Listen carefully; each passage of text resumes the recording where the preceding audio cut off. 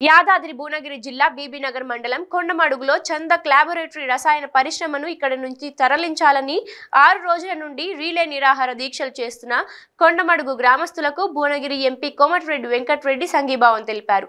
Company మిషనరీని రేపు ఉదయం 10 గంటల వరకు తొలగించాలని కంపెనీ యాజమాన్యానికి సూచించారు.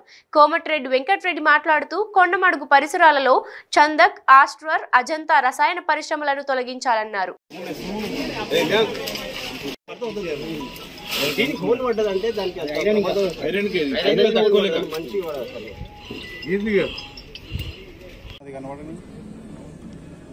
ప్రాంతం గత 40 సంవత్సరాల కింద ఏర్పాటు చేసిన ఇప్పుడు మనం చూస్తున్న చందక్ ల్యాబొరేటరీస్ గాని, అజంతా గాని, ఆస్ట్రా కంపెనీస్ ఓల్డ్ మిషనరీతోని ఎటువంటి పొల్యూషన్ జాగ్రత్తలు లేకుండా ఈ ప్రాంతంలో మీరు చూస్తున్నారు. ఇప్పుడు మనం కూర్చున్నాం ఇక్కడ 2 గంటలకెళ్ళి, వారం రోజులకెళ్ళి జేఏసీ గారు వాళ్ళందరూ మెంబర్లు, మా సర్పంచ్ రాజేష్ గారు, ఇంకా అన్ని పార్టీలకు అతీతంగా ప్రజలు ఆందోళన చేస్తున్నారు. ఈ ఫ్యాక్టరీ మననే ఫైర్ యాక్సిడెంట్ అయితే వారం రోజులకెళ్ళి క్లోజ్ చేసిండ్రు.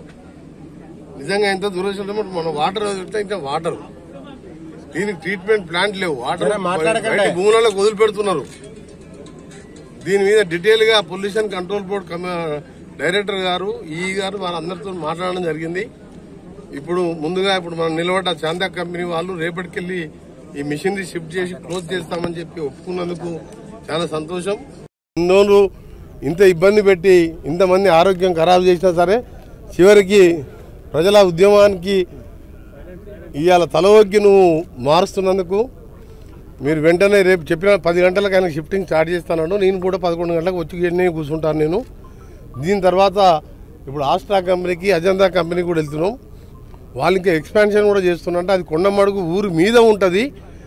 ఆ నీళ్లు వదిలిపెడితే బురుగు నీళ్ళలాగా వచ్చి చెరువులో కలుస్తుంది.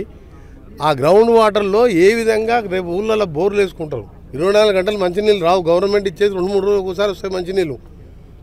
బట్టలు ఉతుక్కోవాలన్నా, సమయానికి లేకుంటే తాగాలన్నా ఈ బోర్ నీళ్ళు వేసుకుని తాగాలి. ఇక్కడ చూస్తే మనం చూస్తున్నాం వాసన, ఈ కలర్ నీళ్ళు చూస్తున్నాం. అందుకని ఈ 3 కంపెనీలు కూడా ఈ నెల రోజుల్లోపే మొత్తం క్లీన్ చేసుకొని వాళ్ళ ఓనర్స్ కూడా క్లియర్గా మాట్లాడడం జరిగింది. ఎందుకంటే మనకి ఒక ప్రతిష్టాత్మకమైన ఎయిమ్స్ హాస్పిటల్ తెలంగాణలో ఏర్పాటు చేయాలని ఎయిమ్స్ గతంలో కాంగ్రెస్ ప్రభుత్వం 2 రాష్ట్రాలు విడిపోయినప్పుడు తెలంగాణకు అలాట్ చేసి బీబీనగర్ ప్రాంతంలో ఈరోజు నడుస్తున్నది. దాన్ని శాశ్వతంగా 922 కోట్ల రూపాయలతో 2 పెద్ద టవర్సు, మళ్ళీ అదనంగా 120 కోట్ల రూపాయలతో కొత్త ఎక్విప్మెంట్ కూడా ఇటీవల తేవడం జరిగింది. ఆ 2 టవర్స్ కూడా టెండర్స్ కూడా అయిపోయింది. నాగార్జున కన్స్ట్రక్షన్ వాళ్ళు వర్క్ కూడా స్టార్ట్ చేసిండ్రు. డాక్టర్స్కు, స్టూడెంట్స్కు సపరేట్ హాస్టల్స్, క్వార్టర్స్. అక్కడికి ఇప్పుడు ఈ తెలంగాణ కాదు, చుట్టుపక్కల ఆంధ్రప్రదేశ్ చుట్టుపక్కల రాష్ట్రాల వాళ్ళు కూడా వచ్చే విధంగా మోడర్న్ టెక్నాలజీతోని కొత్త లేటెస్ట్ మిషనరీ, ఢిల్లీలో కూడా లేని ఎక్విప్మెంట్ ఎయిమ్స్ ఇక్కడికి ఈ ఎయిమ్స్కి వస్తున్నది. ఇసోంటి హాస్పిటల్లో ఇలాంటి వాసన